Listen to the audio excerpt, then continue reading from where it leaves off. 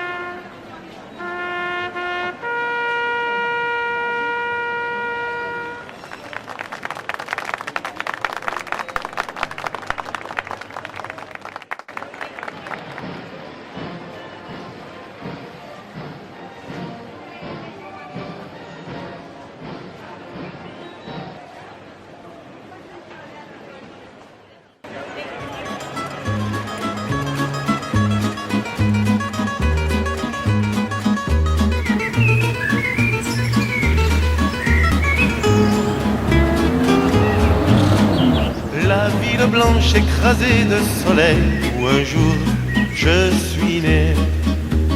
Les rues en pente, le pont sur le Rumel, les jardins d'orangers. Non, je n'ai pas oublié, bien que ma vie ait changé. Mais le silence est souvent une façon d'aimer. Non, non, non, non, je n'ai pas oublié attristé, mais on n'a pas le droit de sacrifier le présent au passé. La rue qui chante l'été est venue, n'oublie pas l'hiver brutal, et les blessures que l'on ne voit plus lui font encore bien mal. Tant d'espérance tout à coup balayée par un vent de folie, tant d'innocence tout à coup étonnée d'implorer le sursis. Non, je n'ai pas oublié, bien que ma vie ait changé. Mais le silence est souvent une façon d'aimer. Non, non, non, non, je n'ai pas oublié tous ces visages attristés. Mais on n'a pas le droit de sacrifier le présent.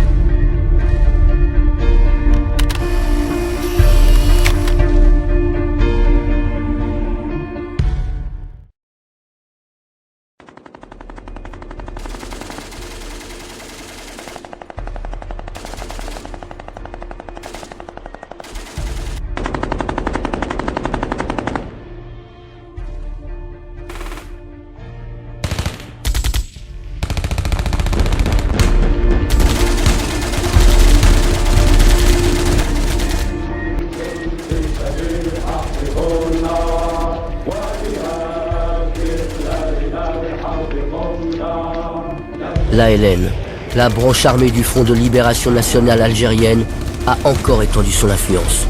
Ces maquisards ont le même âge que les appelés français. Et ils ressemblent de plus en plus à des soldats.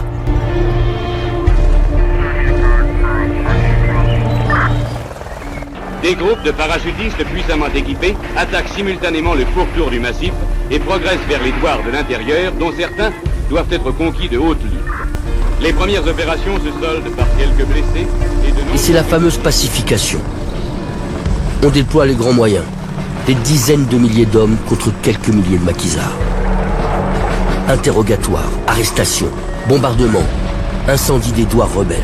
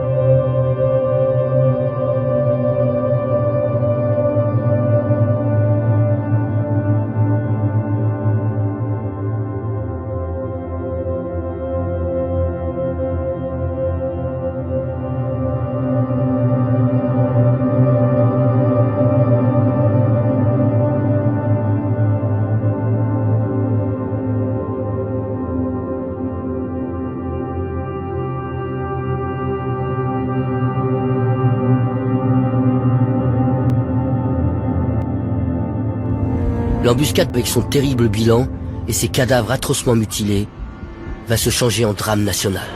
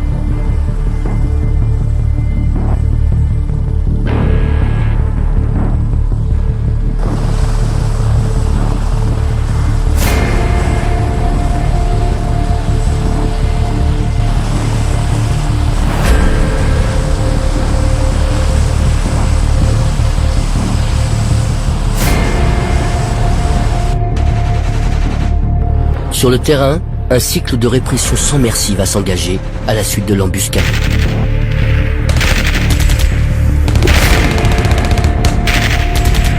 Pour les militaires, comme pour les appelés, la guerre change de visage, malgré un ennemi presque invisible.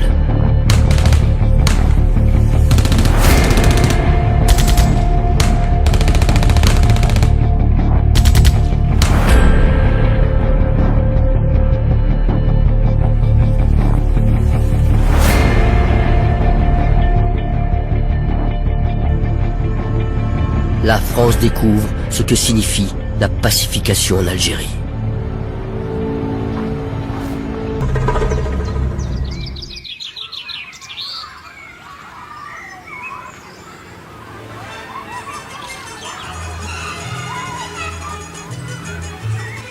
Battu en milieu urbain, le FLN va alors chercher à reprendre le contrôle de la population algérienne dans les campagnes.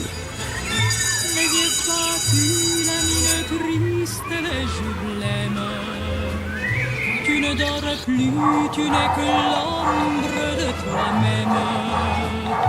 Seul dans la rue, tu rôdes comme une âme en peine. Et tous les soirs, sous sa fenêtre, on peut te voir. Je sais bien que tu l'adores et qu'elle a des jolis yeux.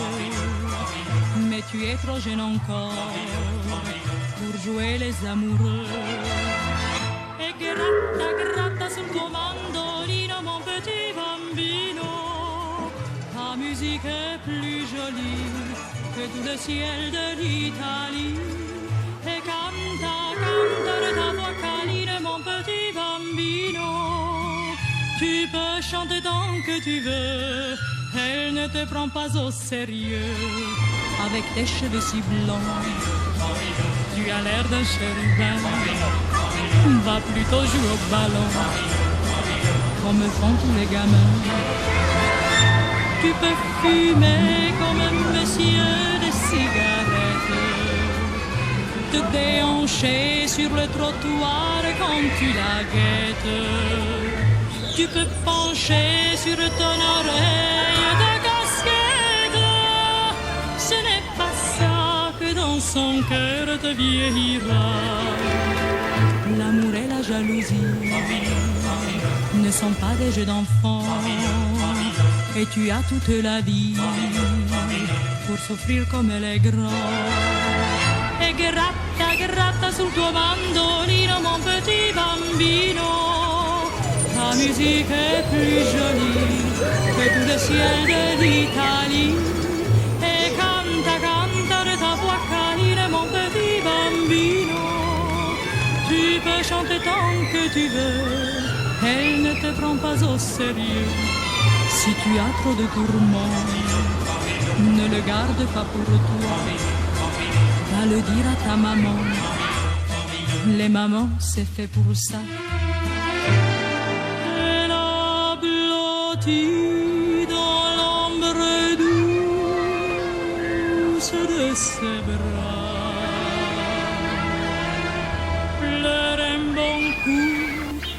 Et ton chagrin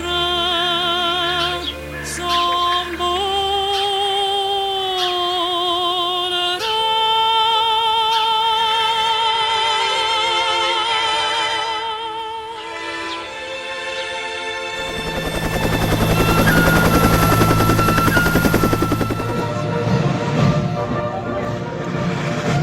Depuis 12 ans que le général traverse son désert, il trépigne d'impatience.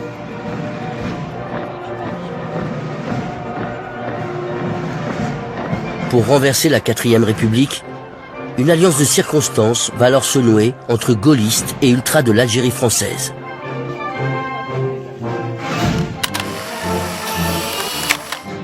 Le 1er juin 1958, investi par l'Assemblée, le général de Gaulle obtient les pouvoirs spéciaux pour l'Algérie et s'y rend 3 jours plus tard, en grand uniforme, dominateur et sûr de lui.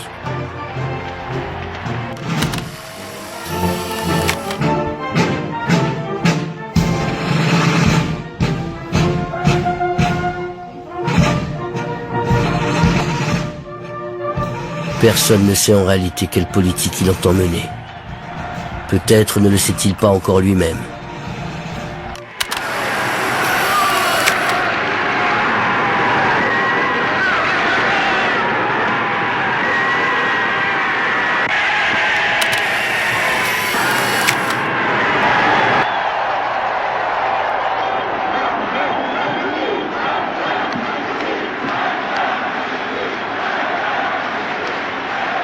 Par sa seule présence, De Gaulle paraît restaurer la grandeur de la France en Algérie.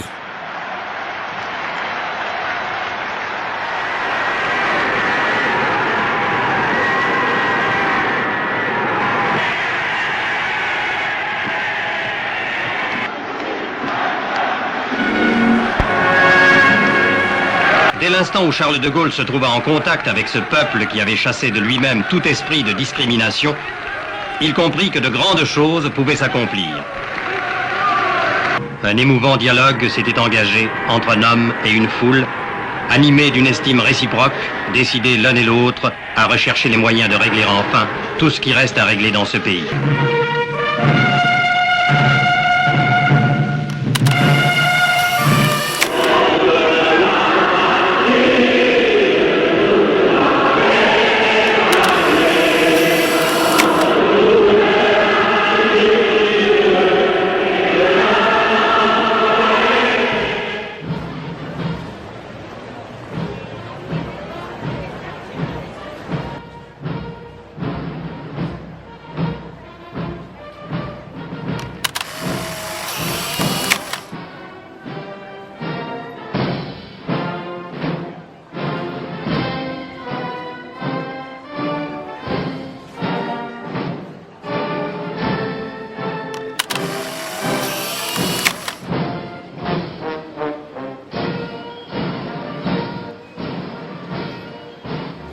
D'ailleurs, où va-t-il, ce De Gaulle de 1958? Où conduit-il l'Algérie? Pense-t-il déjà à l'indépendance? Ou seulement, comme on le dit, à quelques réformes profondes pour donner à l'Algérie un statut d'autonomie? De 1958 à 1959, De Gaulle va tenter de trouver son chemin vers l'Orient compliqué de l'Algérie.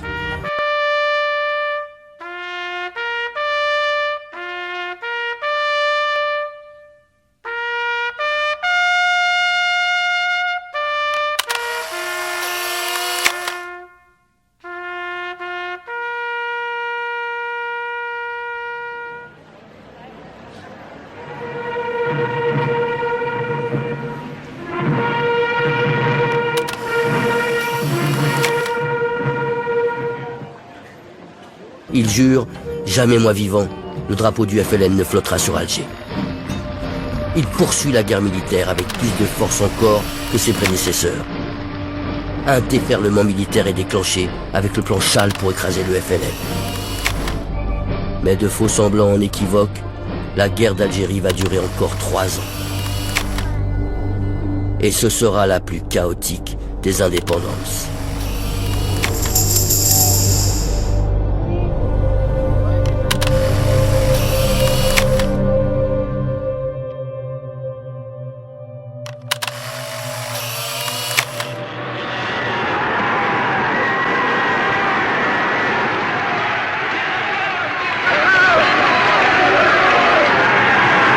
Je porte, a dit De Gaulle, une des plus lourdes responsabilités de l'histoire.